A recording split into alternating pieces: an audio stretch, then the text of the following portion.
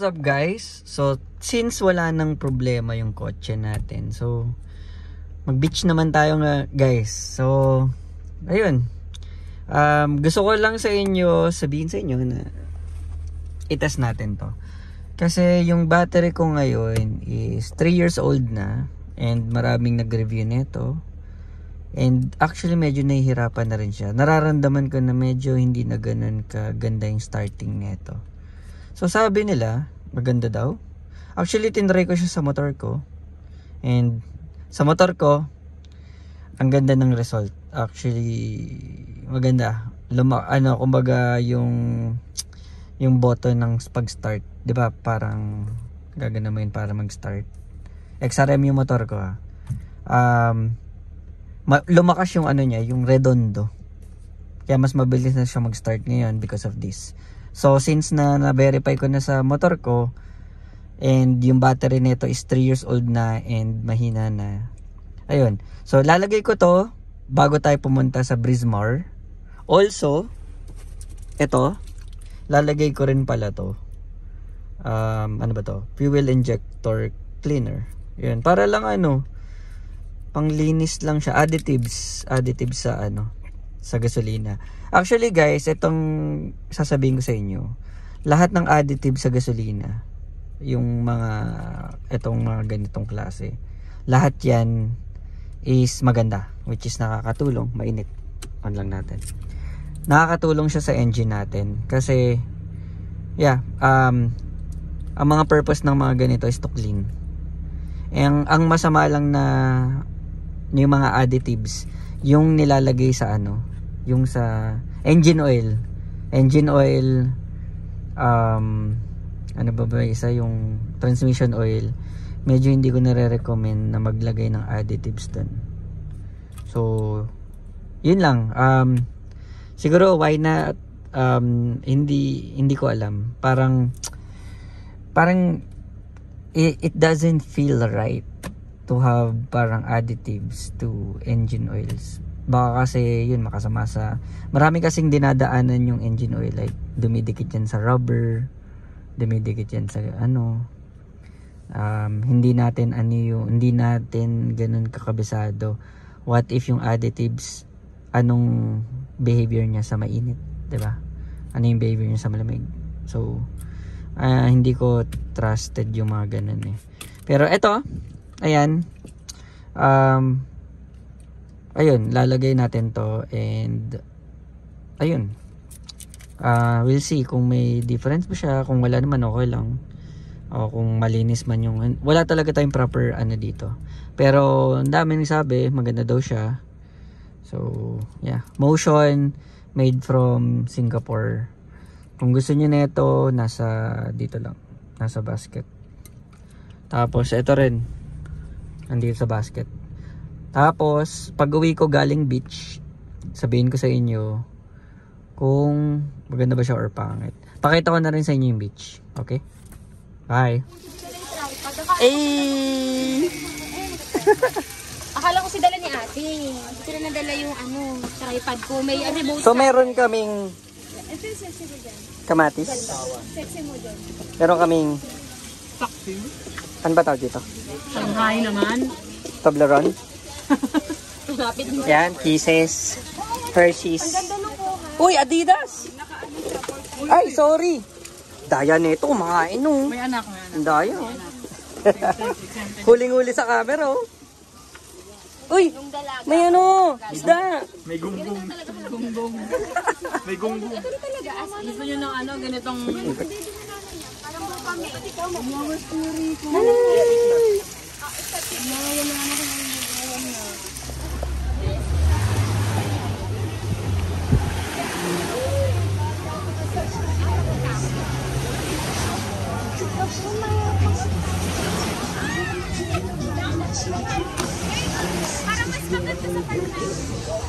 Saan?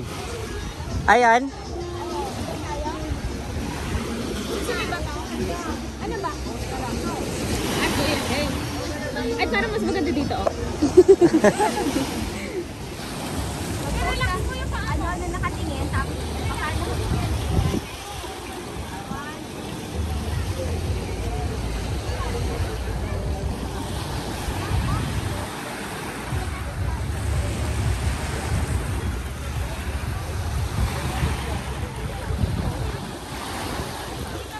artificial. Kaya mo magpa. Eya!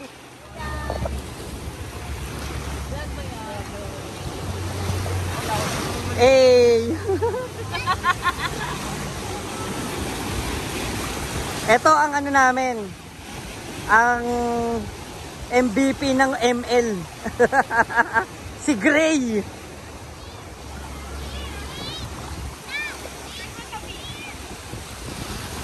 Chel!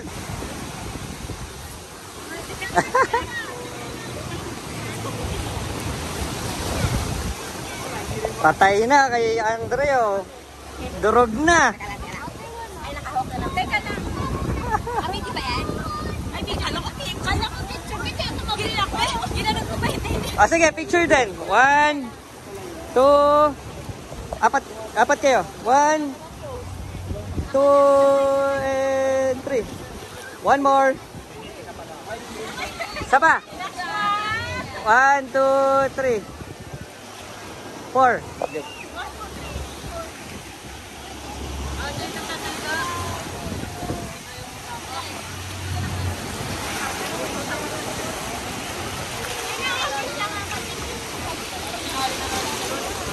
Ito ang barkada ko.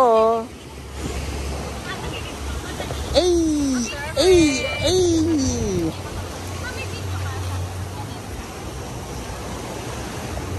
Ano yung... Oh, ang lala nyo na. Lala nyo, pre. Sama sa akin yan, ha? Oo naman. Ate, wala pa. Teka lang. Ganda dito. Social climber. Pero ganda dito. Ilang years ka kabila? Chararara. Ang piano, okay na? Mga ano tayo naman.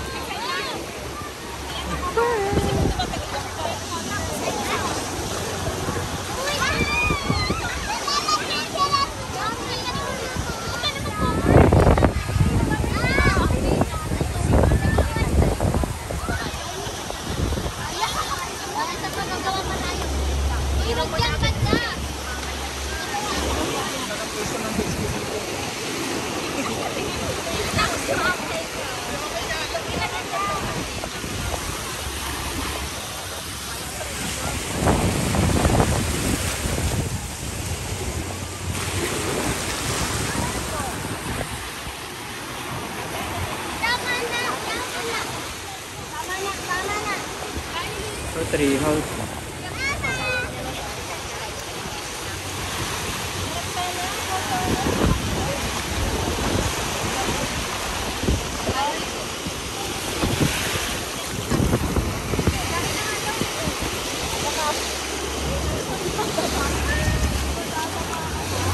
Wow! Ang dami mong sand! Yay!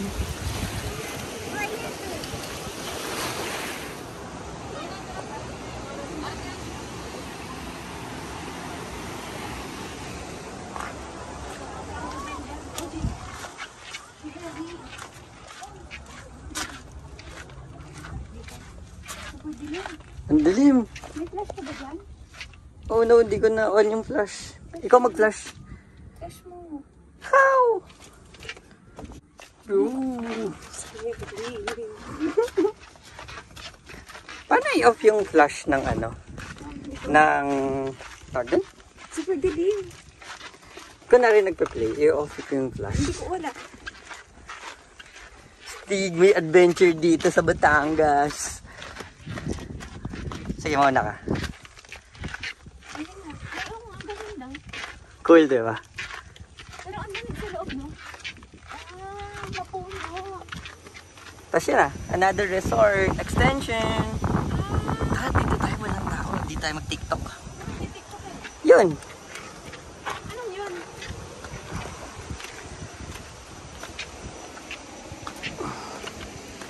Wow.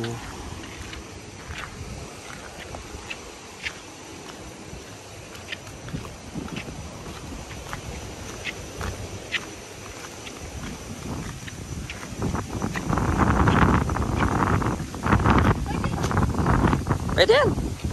Pero walang taon.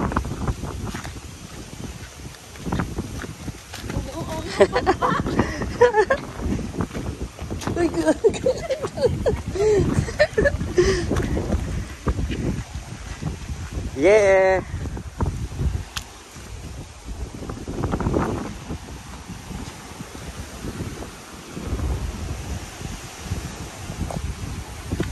Siguro pagka kunwari, sobrang fully loaded, ino-open na nila to. Parang, nire-renovate ko.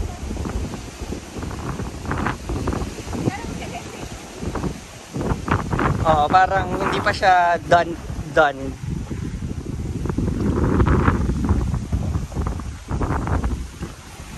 Kaso ang problema dito guys, ang ano niya, sobrang mabato niya.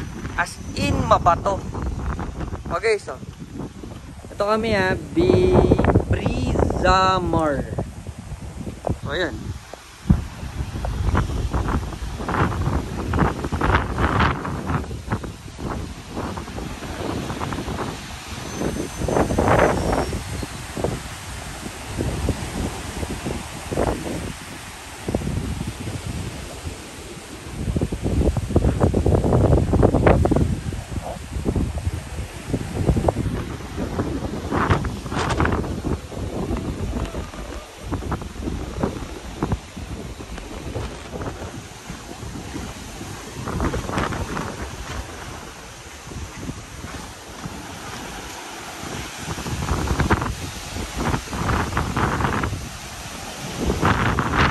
Bato guys.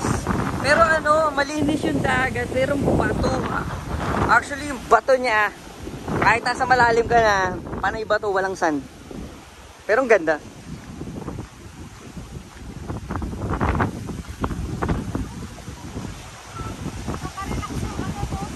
Yeah. Yung tunog. Oh no, maambo na. Maambot.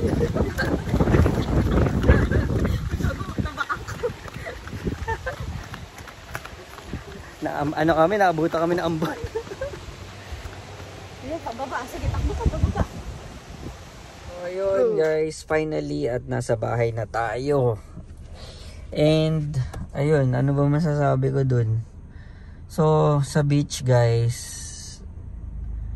ang ganda, ang dami niyang picture, like rock formation na magandang picturean. Pero guys, yung dagat, hindi mo siya masiswimmingan.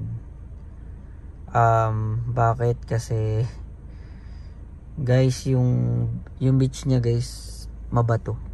As in, mabato. Tapos malayo ka na, mabato pa rin.